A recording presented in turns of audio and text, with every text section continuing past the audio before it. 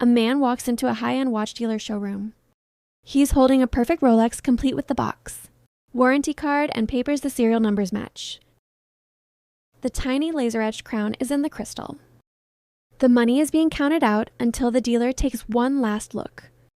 Inside the movement is a genuine Rolex Caliber, but it's from an older, different model. The watch is a Frankenwatch, a ghost in the machine designed to fool an expert. And dealers admit every single one of them has been fooled at some point. The age of spotting fakes from across the room is over. This is the era of the Superfake. And by the end of this video, you'll know the microscopic tells that separate a $10,000 watch from a worthless object, and why even the experts are running scared. If you value what's real like this video, subscribe to the channel and hit the notification bell so you don't miss what's next. This isn't just about protecting yourself from a street corner scam. These fakes are so good.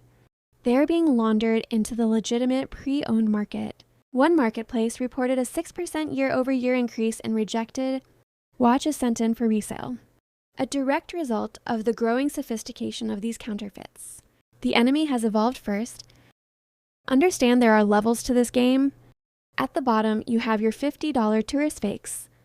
They might have an automatic movement now instead of a ticking quartz, but the finishing is sloppy, and the bezels are loose. The mid-tier AAA replicas are better, often using reliable Japanese movements and decent steel, but at the top is the Superfake.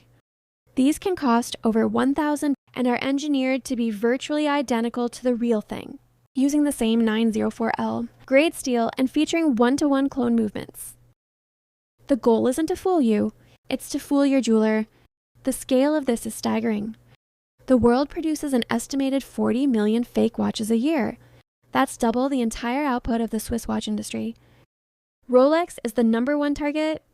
It's estimated that half of all fakes made, about 20 million a year, wear the Rolex crown. This flood of fakes creates a climate of distrust that harms the entire market.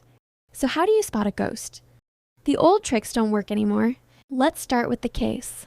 A real Rolex feels heavy, substantial. But Superfakes have solved this. They use high-grade 904L steel just like Rolex. And they match the genuine weight with unnerving accuracy. Weight is no longer a reliable tell. The only hope is in the finishing. A trained eye might spot that the lugs, the parts where the bracelet connects to the case, are slightly narrower, or that the brushing on the rehaut, the inner ring between the dial and crystal, is thicker than on a genuine piece set next to the dial. Under magnification, the tiniest flaws appear. The Daytona text on a fake might be applied less finely. The white dial of a genuine Panda Daytona is a warm, creamy color, while a fake is often a colder, sterile gray-white. The Cyclops lens over the date used to be an easy giveaway, but top-tier factories now nail the correct 2.5 times magnification. Even the famous laser etch crown in the crystal at 6 o'clock has been copied. The difference, a genuine one, is made of tiny dots at different depths, making it almost invisible. On a fake, it's often too easy to see or etched with solid lines. Finally, the heart of the matter, the movement. This is the biggest leap. Counterfeiters now build clone movements designed to look identical to Rolex's own calibers. They have clones of the Caliber 3.1, 3.5, and 3.235, complete with fake engravings and even a blue Parachrom hairsprings. But here's where they fail. Winding the crown on a real Rolex is silent and smooth. On a clone, it often feels gritty or sandy. You might even hear or feel the automatic rotor wobbling inside. A dead giveaway on a real Rolex. The ultimate tell for a watchmaker is the balance wheel. Modern Rolexes use a free-sprung balance, adjusted with tiny weights on the wheel itself. Save money. Most clones use a simpler system with a visible regulator arm. Seeing that arm is an instant red flag. But the watch is only half the deception. The true danger is the provenance package. Superfake. Makers are now delivering watches with near-perfect replica boxes, hang tags, and warranty cards. They've even reverse-engineered the security features.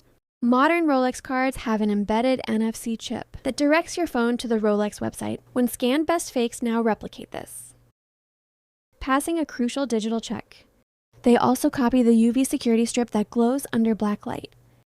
They aren't just faking a product, they're faking the entire ecosystem of trust. This leads to the most insidious threat, the Franken watch. This is a monster built from a mix of real and fake parts. It might have a genuine dial and hands which pass any visual test. Inside a replica case with a clone movement. Or like the dealer from our story, a replica case with a genuine but incorrect Rolex movement inside. It weaponizes real parts to tell a bigger lie, blurring the line between authentic and counterfeit. So let's recap the new reality. One, the obvious tells like weight. Materials and even basic magnification are gone. The fakes have caught up too. The battle has moved to the micro level. It's about the gritty feel of a clone movement's crown, a regulator arm that shouldn't be there, or a laser-edged crown that's just a little too visible. 3, the biggest threat is the total package. A fake watch with a fake warranty card that has a working NFC chip can fool almost anyone outside of a workshop. So here's the question. What do you think? Is the more dangerous threat to the pre-owned watch market a perfect one-to-one super fake, or a Franken watch built with a mix of real and fake parts? Let me know your reasoning in the comments below.